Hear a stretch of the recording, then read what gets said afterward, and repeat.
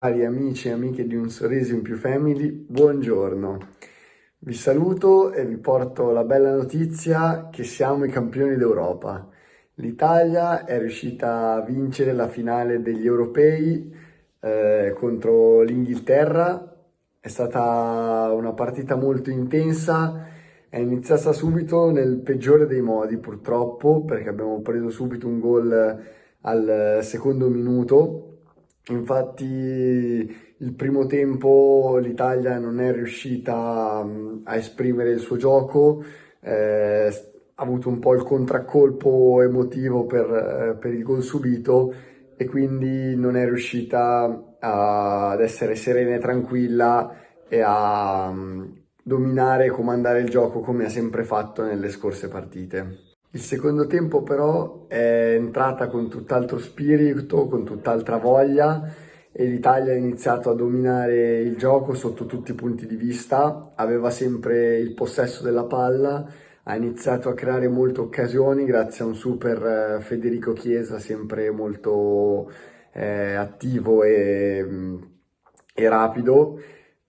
Dopodiché al 70° l'Italia è riuscita a trovare il gol del pareggio grazie a un calcio d'angolo con la palla che è rimasta in area di rigore e il più veloce ad avventarsi è stato Leonardo Bonucci,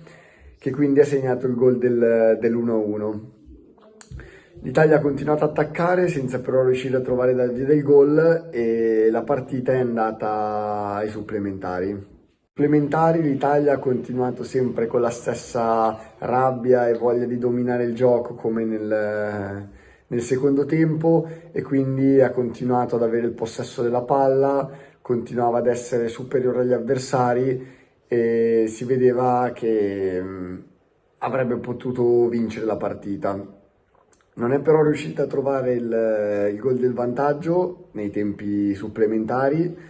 e quindi la partita è andata ai rigori, dove non sono iniziati benissimo perché purtroppo Belotti, che era entrato durante il corso della partita, ha sbagliato un rigore, ma poi grazie a un super Gigio Donnarumma, che è riuscito a parare ben due rigori, l'Italia ha vinto gli europei. Infatti Donnarumma è anche stato nominato come miglior giocatore dell'Europeo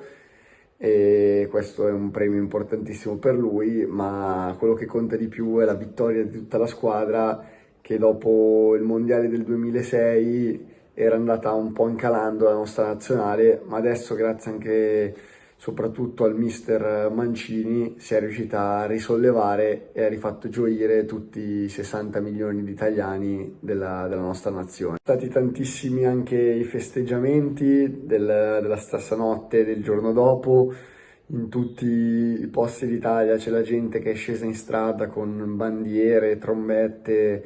con i clacson, a cantare ad alta voce i cori e questo è stato un momento bellissimo per tutti noi italiani e sono contento di avervi portato questa notizia e di poter festeggiare insieme. Adesso vi saluto e ci salutiamo da vincitori, tutti col sorriso sulla bocca